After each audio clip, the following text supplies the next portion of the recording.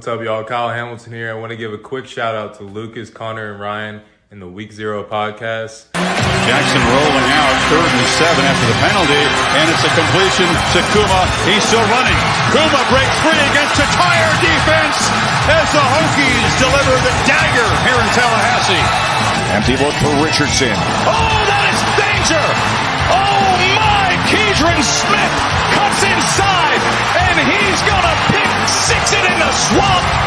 Cat scratch Beaver Smith. DJ is picked off, intercepted again by Benjamin Morrison. Here goes Morrison down the sideline. Can he go? Yes, he can. Touchdown, pick six, Benjamin Morrison. Nix drops back underneath. Touchdown, Ducks. Wow. Chase Taylor.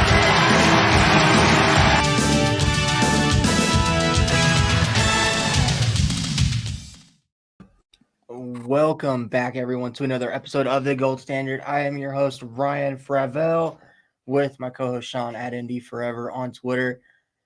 We are back. A lot of transfer portal news to get into. Sean, how are you doing, man?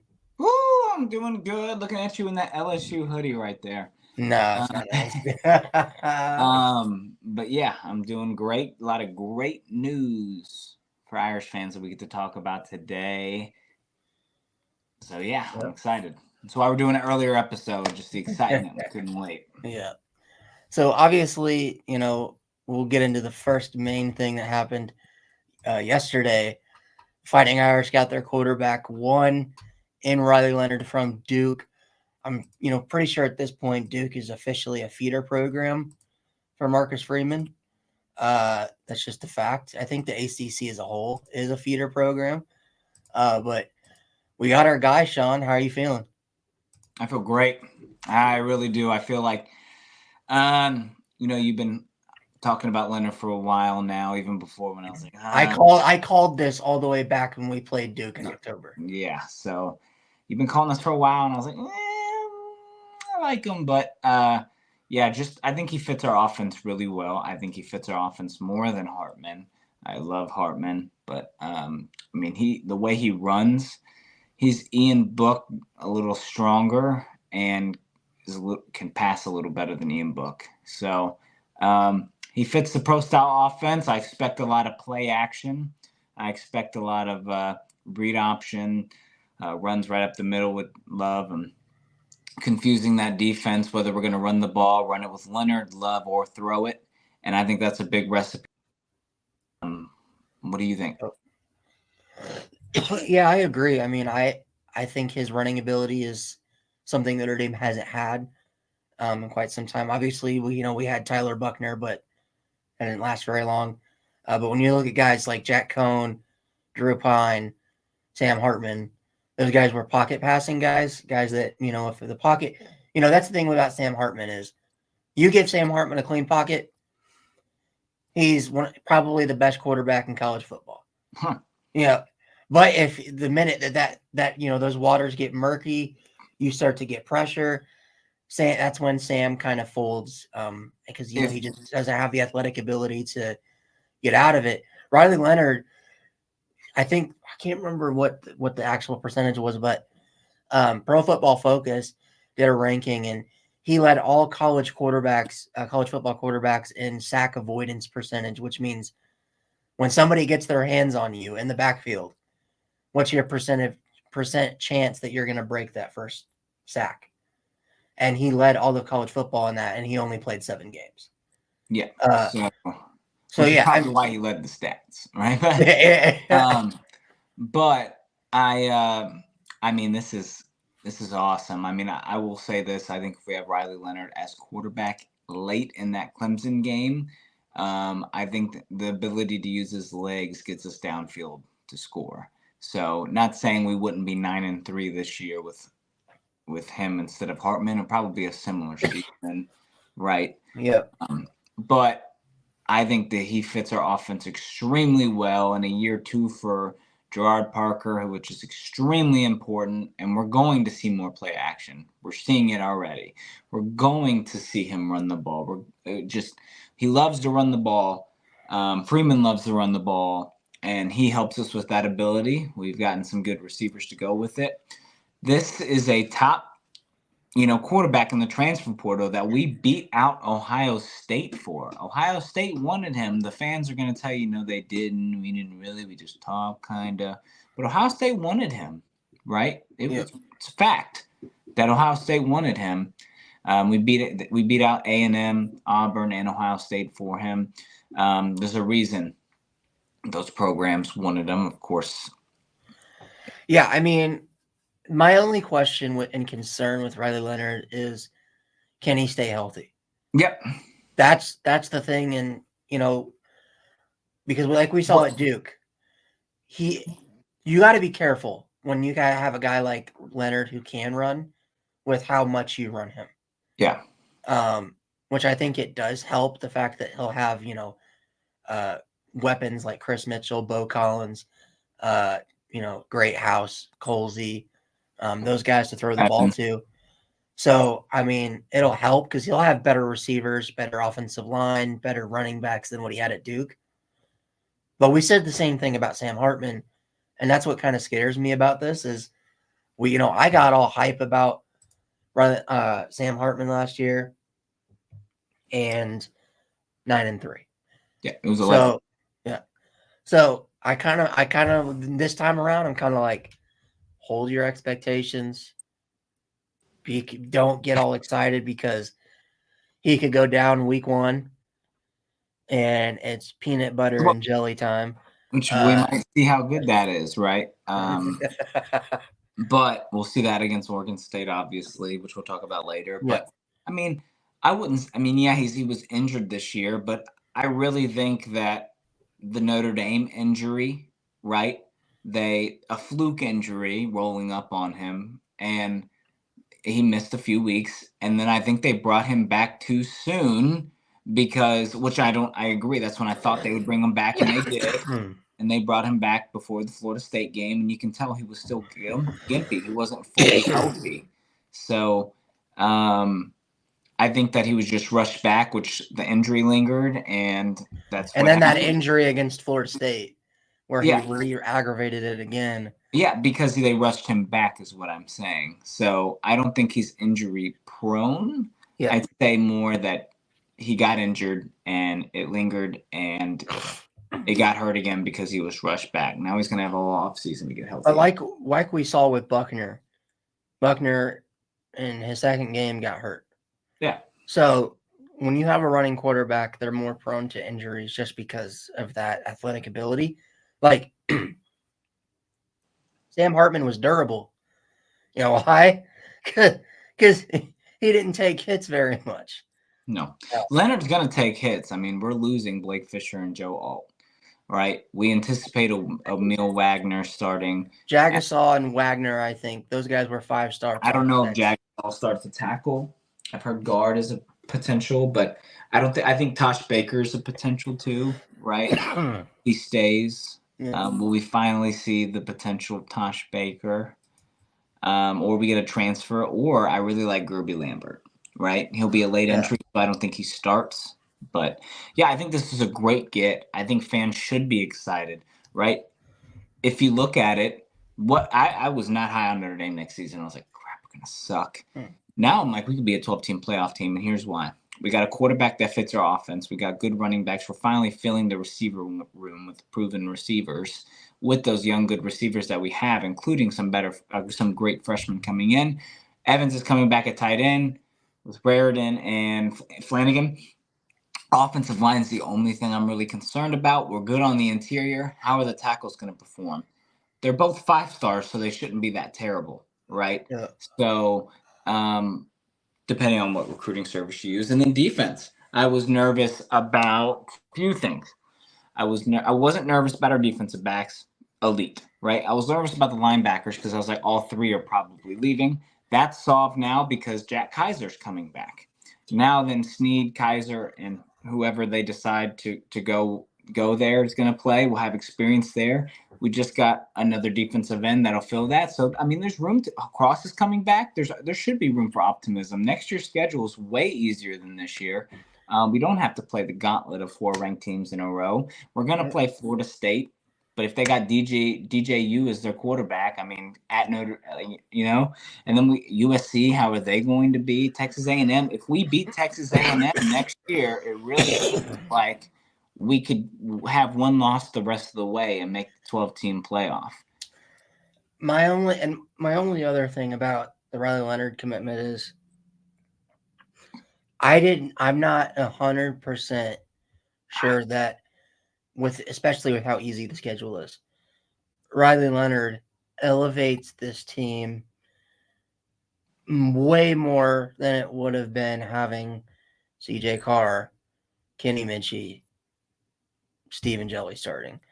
Because I think you could have had Angeli, Carr, Minchey, or Leonard start this season, and I still think you're looking at maybe at most a one less loss schedule, like record difference. Because that's important. When you go, I thought Notre Dame was going to go 10-2 without Riley Leonard, which is because of how easy our schedule is. All the quote unquote good teams we face in Florida State, Louisville, Texas A&M, USC, they all have question marks. Actually, some of them have bigger question marks than Notre Dame right now because USC doesn't even have a quarterback. Florida State is in shambles right now. They're not going to have Jordan Travis next year. We saw their backups. They're bad. Well, they'll get a transfer. Yeah. Maybe they get Cam Ward. Who knows? They'll probably get DJU. That's what everyone's saying. But I'm not scared of DJ. We faced him a couple times. USC, Texas A&M, they may not even have a team by week 1 next year. Texas A&M. Yeah, they've lost like 30 guys again. They have, so they'll be very young next year. There's no reason why we shouldn't win that game. Just that atmosphere is the reason I'm nervous. Yeah. If that game was in South Bend, which the next year's at South Bend, right? Yeah. It's a home and home. But that's the thing is like I thought next year, especially with all the question marks with the teams that we play, that would have been the perfect year to throw CJ Carr, Kenny Minchey into the fire, get them experience, because that's the only way they're going to get the experience. And then you go into 2025 and you don't have any question marks at quarterback. You know what you have in Minchey. You know what you have in Carr. You know if Angeli's the guy. I think the problem is that Freeman is in a win now mode. He has to have a success. If he does not make the playoffs next year in a 12-team format and 3 years in a row he's disappointed, year 4 is going to be a question mark, right? But I think fans would give him to see CJ Carr play. I think we would give Freeman. I think a year in the program, Carr learning, developing, and then next year being able to start and having an open competition. But then you have a big issue because next year you'll have, if Angeli stays, Minchey, Carr, and Deuce Knight. Yeah, that's a good issue to have. I know, but like one of those guys is going to win the job. Yes. And 2 of those guys have a very good argument to transfer. It's going to happen even if Carr started next year, buddy, because if Carr started next year and then he was the starter the year after and had 3 years left of eligibility. You wouldn't be upset if Carr won the job. You think Deuce Knight is going to sit? I wouldn't be upset. I would love him to. No, I'm saying if Carr won the job and then Deuce transferred. Would you be upset? I wouldn't be upset about Carr winning the job, but I'd be upset about Deuce Knight transferring. Here's the problem, though, because no matter what, that's going to happen if Carr starts. Because if Carr starts next year, he'll have 4 years of eligibility, 3 by the time Deuce Knight comes in. And if he wins the job there with Deuce Knight, he's still got 3 years of eligibility. Deuce Knight's not going to sit for 3 years. So if Deuce Knight or CJ Carr loses the competition to each other, the other's gone because they're not going to sit and wait. That's just how it's going to be. But that's the thing is, like, I believe Deuce Knight has a way higher ceiling than CJ Carr. Like, That's what we'll see. That's why I think the 2025 competition being open is going to be great to have. I really like Minchie too, but I think Freeman kind of has it especially with how he's kind of treated Angeli, which it's not Angeli's anything not bad. a Freeman guy. Yeah, that's the thing. Is like you go out and you go get Riley Leonard. You don't think Steven Jelly is the guy. And I think part of that is, well, Freeman looks at it like you were BK's recruit. You weren't my recruit. So I think, and if you noticed, Freeman's been kind of buying his time until these BK kids kind of shuffle their way out of the program, leave, graduate, transfer, whatever. And I think that's because he thinks that his guys that he's getting are more qualified. Yeah. I mean, let's not discredit. Yeah. I mean, Angeli has going to have a big game to prove himself, but I mean, it's going to be Riley Leonard next year. Right? I agree with what Horka said the other day. This is the Tyler Buckner Gator Bowl all over again. Like Horka said that he thinks this is more of a Stephen Jelly, getting a chance to show what he's got to other teams, not Notre Dame. Because I think he sees the writing on the wall, and what Stephen Jelly goes out there, wins what's it called, the Sun Bowl MVP, go and then transfers somewhere else. Yeah. Like, I think that's kind of the route we're going down. Well, think about this. I mean, if he does come back after he leaves, we'll have 1 or 2 more years of eligibility left. Yeah. I mean, he could still start for us. What if Angeli transfers and then you're stuck with 3 scholarship guys, Leonard, Minchie, and Carr, but Freeman wanted that 4th guy? So now what are you going to give that scholarship to Devizin? Are you going to give it to the class of 2024, the other quarterback we got, Anthony Rizak? Rizak is going to get that. Or Buckner. No, I'm just kidding. Yeah, Rizak will probably get it. Let's be real. But I feel so bad for Dylan Devizin, man. It's like, I actually like the kid can actually play a little bit. I know it's in warm-ups, but he's got a decent arm. Well, how do you feel right now? Like, do you think Riley Leonard will get Notre Dame to the 12-team playoff with what we're building? 10-2, I think Notre Dame. I think a 10-2 Notre Dame always gets in. I say yes, except for maybe next year. I wouldn't be surprised if a 10-2 Notre Dame is like 13-14 next year. Just saying. Yeah. Because that schedule is not hard. It isn't. And if we lose the 2 biggest games on it and our only wins are against Louisville's and shit, I'm like, should we? But I mean, I think if Notre Dame,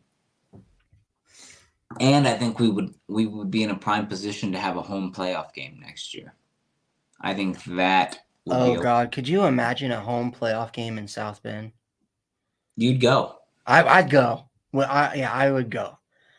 I got to see this past year what that atmosphere was like against Ohio State and USC. Nothing.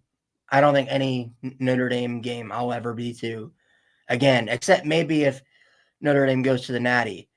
I don't know if there will ever be another Notre Dame game that I will go to that will be more insane atmosphere wise than that Ohio State game.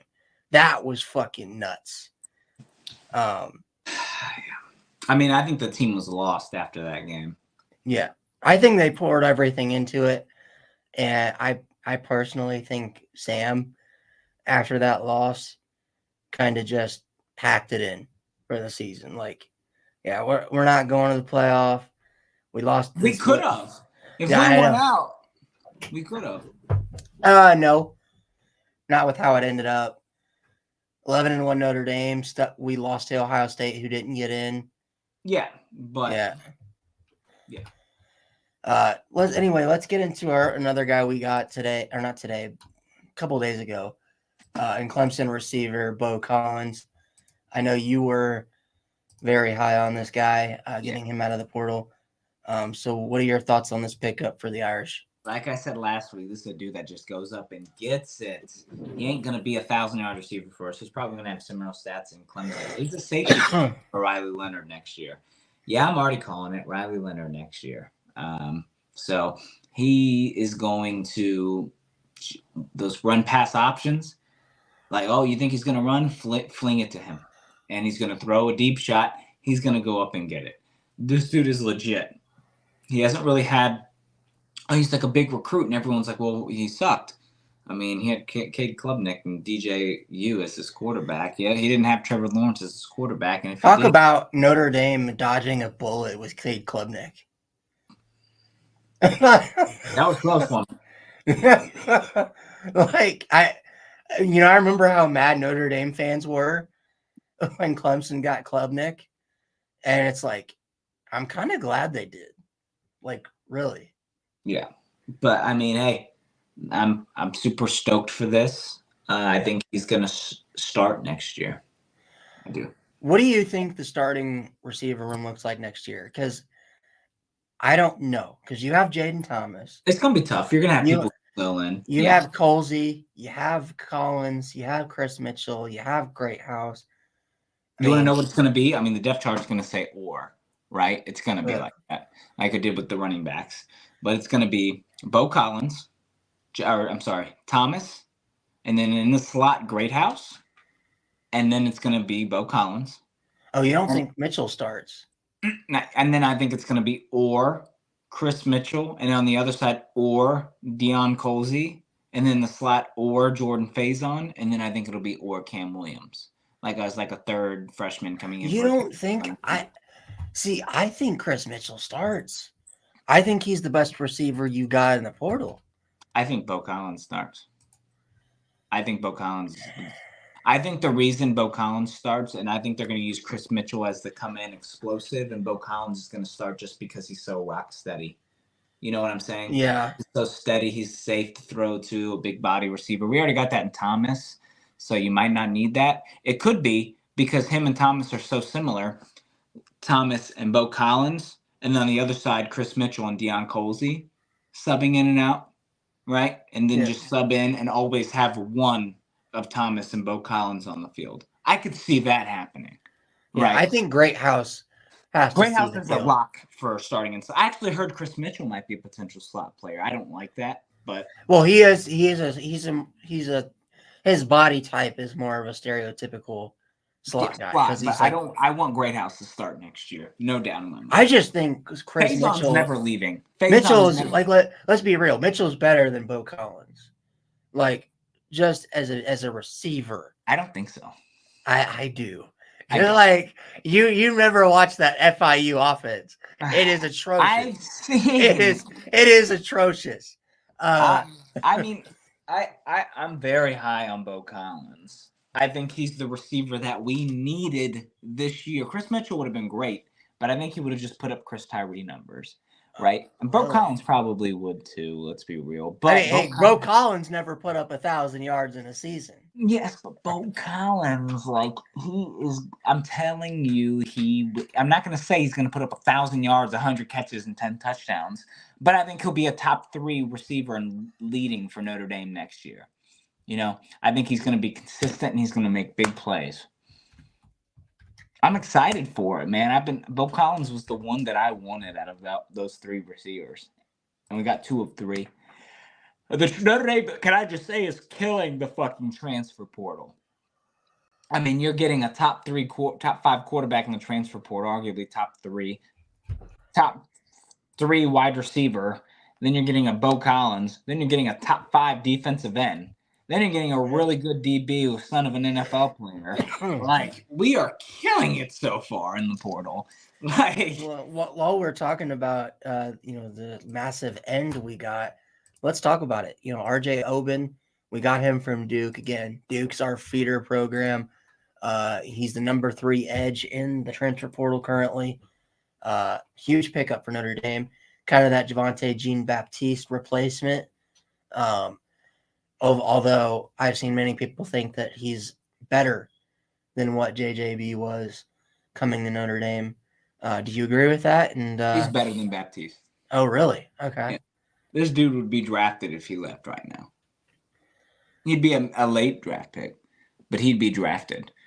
Like, I think that this dude is dominant. Oh, my God. Yeah. Did you see that move? It just... He reminds me a lot of Foskey.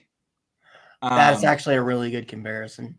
So I will say that I think that this dude is going to be mean. He was mean against Notre Dame. It was hard for us to play against him. He led the league in one of the top in hurries last year.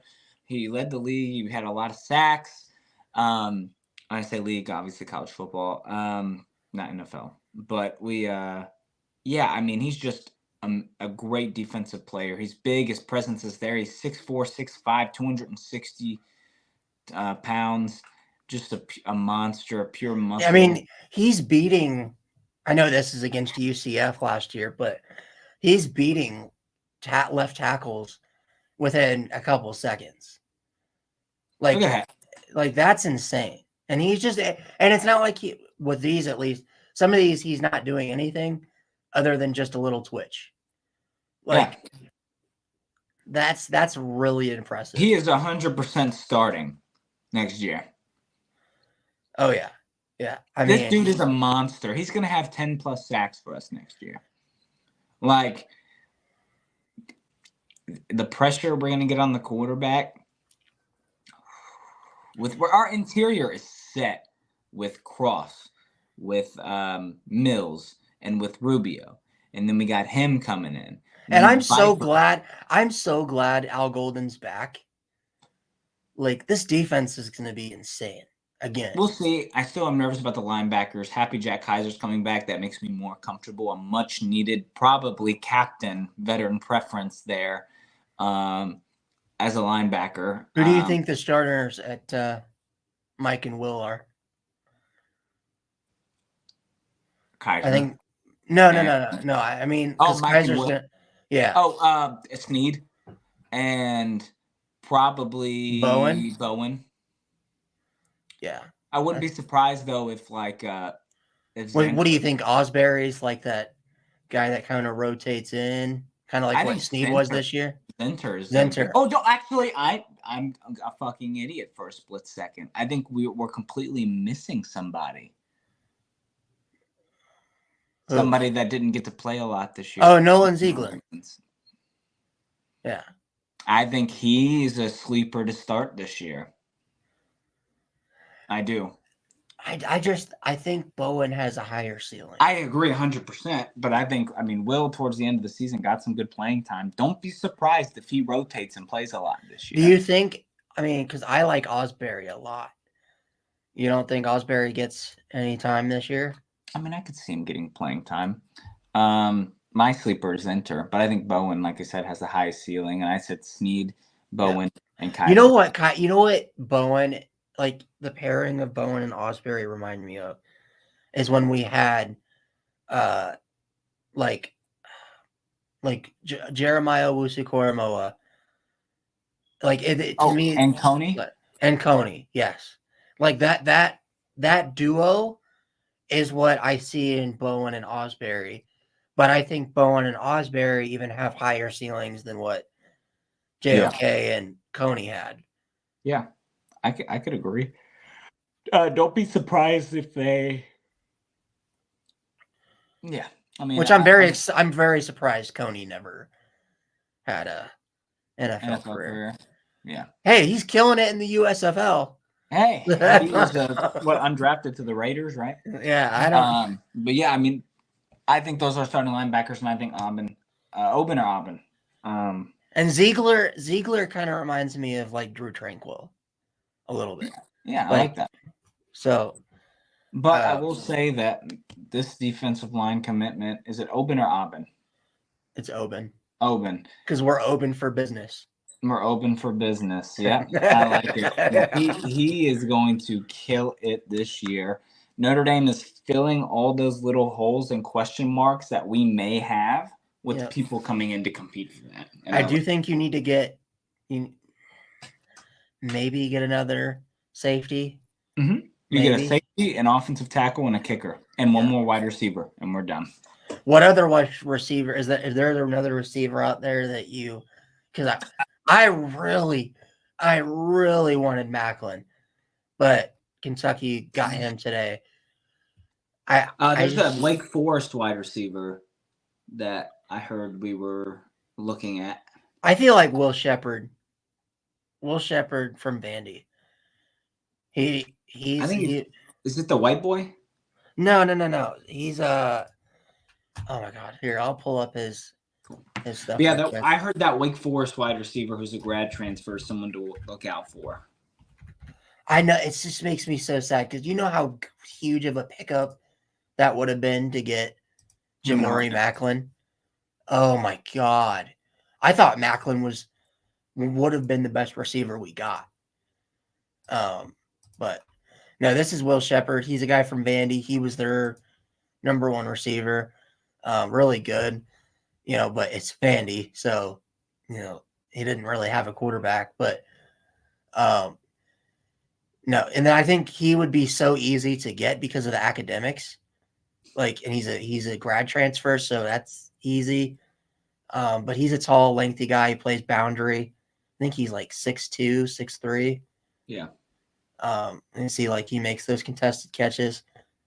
I think he'd be a guy that if Notre Dame can get him, I almost I was having this debate with some other Notre Dame fans, and I almost want to say he's a slight bit better than Collins, just because he's just as tall, just as physical, but he's faster, and his route running is way more crisp. Okay. But yeah, legit, making catches against Alabama DBs, he just got cracked. But but yeah, I mean, I don't care who it is as his third body. I just want a third body. I really don't care for receiver. Unless you'll care if we get to October again and 3 of our receivers are out with injuries and we got to go play a road game.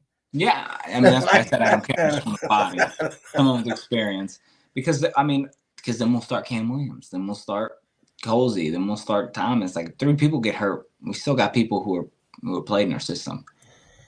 I mean, I will say, I think this year, especially if Riley Leonard were to get hurt, I feel better about our quarterback room if he were to get injured than I did last year or the year before. Because I think Riley Leonard goes down, I'd feel confident in CJ Carr coming in. Knock on wood. No, well, yeah, I don't have any wood by me, but you got it. Oh shit, yeah, he can block too, huh? But no, I mean, I just I think we're in a good spot. But yeah, let's. What do you think about? I mean, are you nervous about Leonard as a passer? I'm not, because the year before he had 20-something passing touchdowns. I think he could sling it if need be. I think he's a better runner, but I'm not worried. If I'm worried about anything, it might be accuracy. But yeah, I think he's got an arm. I think Hartman was more accurate, but as we saw, Hartman struggled with the deep ball a lot, with under throws and not hitting guys in stride. Leonard has the arm to do it. I just think he's got to work on his mechanics a little bit. Gino Caduli, man. Let's see what you got. You know what Riley Leonard reminds me of? And I told the guys this last night when we did our Week 0 podcast. He reminds me a lot of Josh Allen, the way he plays. He reminds me a lot of style. Jones. That's just because he was a Duke quarterback. Yeah. I think Daniel Jones and Riley Leonard were 2 completely different quarterbacks. But the body style for Leonard, he's a tall guy. He can run. And he's not one of those like Lamar Jacksons where he'll finesse run. He's just gonna run over you. So Dude, the I don't know. quarterback sneak's going to be so effective next year. Yeah, and when he rolls out and throws on the run, I don't know. There's just something about it that just reminds me so much of Allen, especially because like Leonard is a guy that likes to do that. Mahomes, Allen type throw where he'll have a guy chasing him, he'll run to the boundary and throw across his body to the other side of the field, which you don't want to happen until it happens. And it's like what Andy Reid said. It's like you when he does it, you get pissed. Like when you see it happening, and you're like, no, what are you doing? And then he gets you a first down. And you're like, okay, don't do that again, unless it works. But no, I think Leonard's kind of like that. That style to me. Yeah. A little bit of backyard football. I'm ready for it, man. I'm ready for it. I'm glad we don't play Clemson next year. Unless a year off from that. Why? Clemson's going to suck next year. Okay, Klubnik going into his third year. They're not going to get a transfer. We'll see. Dude. Hey, DJU goes back and wins a natty. No, I'm just kidding. No. No, you know what would be funny? If he goes to Florida State, because they'll play Clemson, and he beats Clemson, and then wins the ACC. And then he can flex on them. It's possible. I don't think Louisville's going to be as good next year, too. Yeah. Jack Plummer will be gone. Thrash was a junior, right? I think Thrash is gone, too. Mm-hmm. So they'll have Coleman, the kid from Jackson State. I think Jordan's gone, too, isn't he? Jawar Jordan? No, I thought he was staying. No, I can't remember if he was a freshman, sophomore, what he was. But I didn't think he was leaving. I didn't hear anything about him leaving. So yeah, they'll have Jawar Jordan probably. Yeah. I think Notre Dame's gonna. I feel like that game next year is gonna be like what the USC game was this year. Notre Dame's gonna circle that game against Louisville. We better beat USC. And I have a weird feeling Notre Dame is gonna pour it on Louisville next year in South Bay. I think. Yeah, I can pull it up. I think. I don't know if you agree, but I think Notre Dame's gonna drag. I think it's going to be similar to the Pitt game. Oh, even that bad? Uh-huh. Some guy like Kaiser's going to be like, I remember. Boom! Let's see.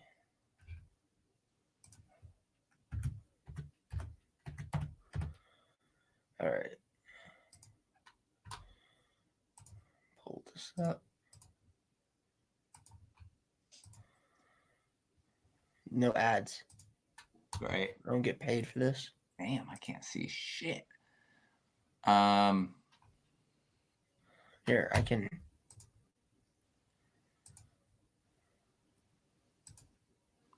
There we go. Look at that. So at Texas A&M is a big one, right? Yeah. If we win that, we play NIU. We'll beat NIU. At Purdue, rivalry. I don't remember the last time we were at Purdue. So Been a while. But it's in Indiana. I'm not really worried. Miami, Ohio, win. Louisville, fuck them up. We got 3 straight home games. That's going to be bad for later in the year. Yeah, 3 straight home games with a bye week after Louisville. And then we got Georgia. That Georgia Tech game. Because Georgia Tech was a sneaky. We saw them play Georgia. They're much improved than what we are used to seeing with Georgia Tech. I'm sorry to interrupt. Aren't we missing a game on here? What do you mean? Do we have 11? Yeah, we only have 11 officially. Yeah. So we have to get another. So, Georgia Tech will beat Navy. I think that's a trap game. That Georgia Tech game is a trap game. We got Navy, Florida State, Virginia, USC. I think our schedule is it's not like before the big game where it's like, oh, Louisville over before Ohio State. Like that didn't happen, but I'm saying like that could be a trap game. Like Navy over Florida State. I'm not really worried we're gonna sleep on Navy. Virginia, USC, like I think the schedule is pretty well thought out. I think that where's the potential bye weeks? So we have a week off after Louisville, in between Louisville and Stanford. So the Navy game will be away. That'll be a Shamrock series. No. So the rumor is that the Shamrock series, the 12th game is going to be against Army. And so at Yankee Stadium. But Navy is at MetLife, New Jersey. Yeah. But I think we play them sometimes in East Rutherford. Well, I mean, I'd love to play Army. Actually, I don't want to play two freaking service academies. Yeah, but I mean, if we do, we do. I really think this is there's no way, right, that we don't at least win 10, 11 games. Yeah. I'm not scared of USC. I'm not scared of Purdue. I'm not scared. I'm scared of Texas A&M week 1. Yeah. I'm not scared of Florida State at Notre Dame. And I am scared a little bit of USC. You're not scared of Tate Rodemaker? No, I think that they're probably going to be mad about what happened this year. I'm not. Well, that their guys are going to be gone. I mean, Keon Coleman is already declared for the draft. They'll reload. Johnny Wilson, I think, is gone. That's a late in the year games though, so they'll probably be a little. And it'll be cold. And Florida kids in Southern California kids can't handle the cold weather. So Florida kids can't handle cold weather. Plus, Florida State, I believe, has never beaten Notre Dame in Notre Dame Stadium. Wasn't the Notre Dame game? I feel like I'm an idiot. No, that was at Florida State. The stupid bullshit. The offensive PI. No. I'm still, to this day, I'm still pissed off about that call.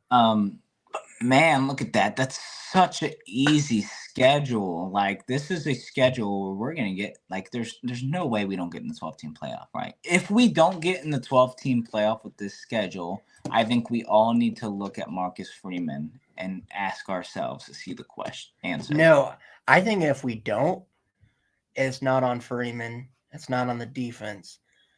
If we don't, I think it's on Parker again. Yes, they're not going to fire Freeman, but I think people are going to start questioning Freeman if we don't. Again, I still don't understand why Notre Dame has all this money. We just sit on it, don't do anything with it. What if Parker outgoldens?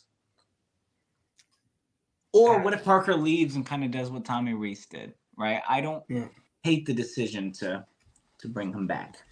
I don't hate it. Do I dislike it? Yes.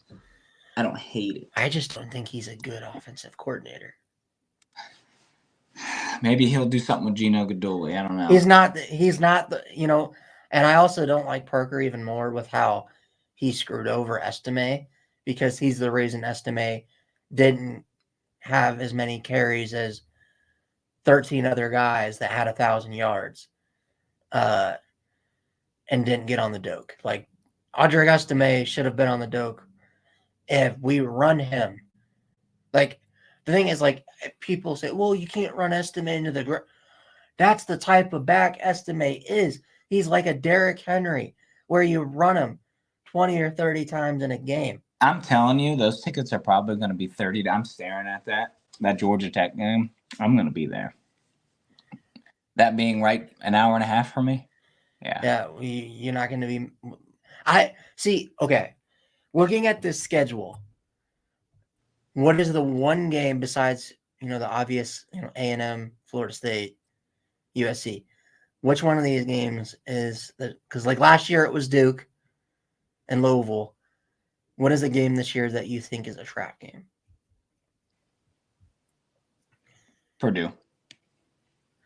See, I think Georgia Tech. I hope not. Purdue doesn't scare me. Hudson Card is trash. At Purdue.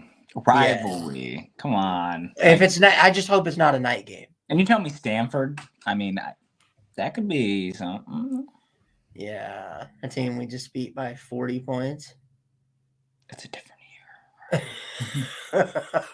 No, I probably, my answer would be Purdue. Purdue now. Yeah, but I mean, no, Purdue's like Notre Dame's little stepbrother that we just we have a rivalry with, but it's just kind of one of those rivalries that you have to make like your little brother feel better about himself. Like Auburn, Alabama. Yeah, like it's not really a rivalry, but we'll make it a rivalry because we want to make you feel special. Yeah. Yeah. I mean, I get it. I'm excited. There's really no really big trap. If Georgia Tech was right before Florida State or something like that, but I think it's really evenly stretched out. Like there's not I hope to God we don't have 8 weeks again without a bye week. Well, I think they'll have a bye weeks where there looked pretty good. One of the Army games or whatever. Well, we had bye week like week 5 or week 6. Mm-hmm. I feel like that's a perfect time to have a bye week. Agreed.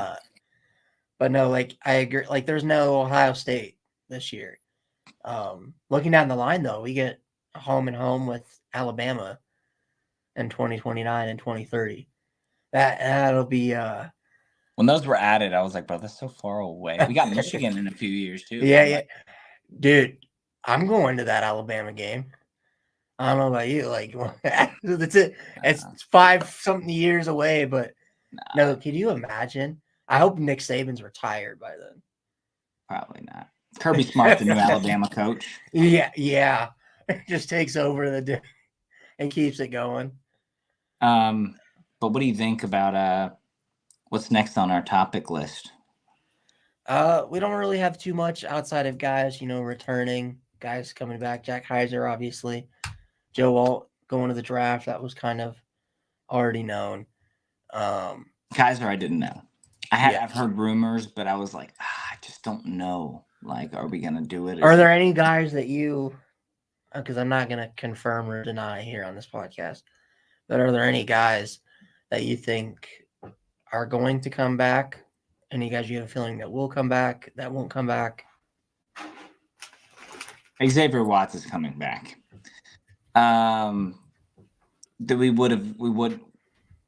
He is.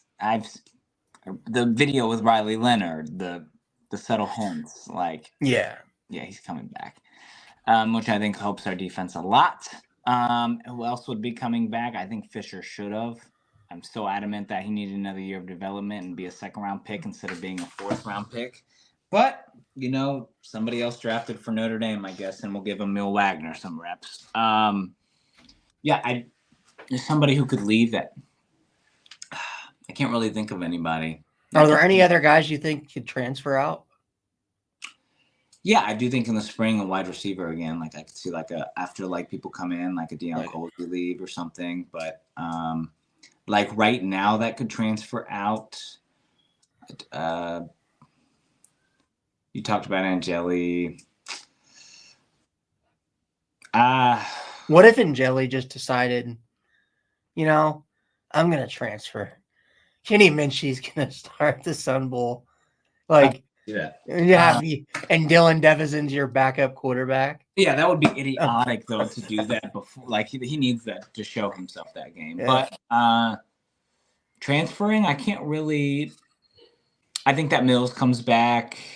I can't really think of anybody else. Like, who do you have? Anyone that you're nervous about, or not really? I think Thomas or Colsey. I think. Yeah, in the spring though. I see that. If they don't win the job, I see a receiver leaving. I also think there have been kind of rumors about this, but Jabron Payne, leaving, because I think Freeman and McCullough know that it's love and it's price. But if one went down, I mean, I guess we would have. But you also got to think about the incoming class too. You have Kedron Young and Aeneas Williams coming in. You're right. I mean, Love's our starting running back next year. Yeah. Everyone knows that. So Yeah. Jeremiah Love. Oh man, I can't wait to watch him next year. Oh man, Jeremiah Love. Hey, dude, I hope to God we actually give him more than freaking 10 carries a game.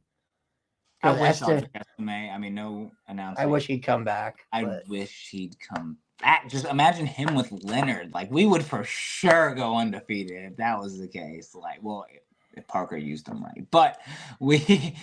Although Love Jeremiah Love has to put on some weight, like muscle, in the off season, because that's the one thing about him is he's very shifty, but he's not like Estime where he'll break. He's not going to be an Estime. I think he's going to stay that kind of back, and Price will be kind of our. Actually, I could see Jabron Payne being more like our power red zone back. They'd used him a lot. No, you know what? If Payne leaves, I think Kedron Young is that guy. Yeah, Kedron Young, like if Audric Estime is baby bus, had a baby. Yeah. Yeah. If Audric Estime's baby bus, he's freaking baby tractor. All right. Like dude is a freaking tractor. Dude, no. If that's baby bus, then he is baby Estime. That's what he is. Like he's the baby Estime Express. I love it. He's the Polar Express. Like, come on, man. Kedron Young is literally like, because I don't know if you saw, but he's like the 3rd ranked running back in the class now. He is so good. Like, and with the fact we got that kid out of Texas and we got him out of the Longhorns' backyard is insane. Like, Oh, yeah. I think Young, like, this is high praise because I said this kind of about Love. I think Young is one of those guys that could be a Heisman candidate in one of his years at Notre Dame. Yeah, I could see it. I mean, I think Riley Leonard. Like, literally, Kedron Young is if Josh Adams and Audric Estime had a baby. Yeah. They made some sweet love right there. Aeneas Williams. Engagements? Have we had engagements? Yeah. And also Aeneas Williams, he's like Kyron Williams 2.0. I heard. Yeah, so. Shout out to Kyron, by the way, killing it in the NFL. Yes, he is. I traded him in fantasy about 2 months ago. So remember when you remember that tweet that came out when Kyron declared and he did his combine and he was the slowest running back at the combine? And somebody said, why waste a draft pick on a kid from Notre Dame who can't even run a fast 40 time? You don't need it. We knew though that he wasn't like the fastest. We knew he was more like that. I'm just gonna put my head down and get yards. No, I'm not the fastest, but I'm gonna get in that end zone. Yeah, like, he's amazing. Oh, yeah. I still remember being there live when he did that run against North Carolina. Oh, yeah. That was good. The Clemson one was always good too. Yeah. But yeah, what do you? I'm super pumped for next year. I think Notre Dame's killing the transfer portal, and I think that they're shaping this into a playoff team. I'm trusting Freeman right now. He's getting all of his top targets. If he didn't get Oben, there's nobody else with his ability really like that we could get. There's only 3 guys probably in the portal that are like him, maybe 4. And because we needed another end, we got a quarterback, we're getting receivers. I mean, we're filling all our holes with experience. Yep. Like, he's doing something right. Notre Dame has to have a top 5 transfer class right now. They're number 3 right now. Yeah. So, and the only reason we're number 3 is because Colorado's number 1, and that's because they got 7 commits in 7 days from the. That's probably because they got 7 offensive linemen because Shedeur Sanders. If you're an offensive lineman and you want to play, come to please. I'm begging you. Come on, I'll give them all of you. Yeah. Yeah, and then who's 2? Oh, God. Probably like a Kentucky or South Carolina or something like that, right? Let's see. I have it on my Twitter. Arizona State. Interesting. Yeah. But yeah, I'm super high on Notre Dame next year. I was worried about next year. Now I'm like, I'm ready for the season to start tomorrow. Yeah, here you go. So this is the top 10.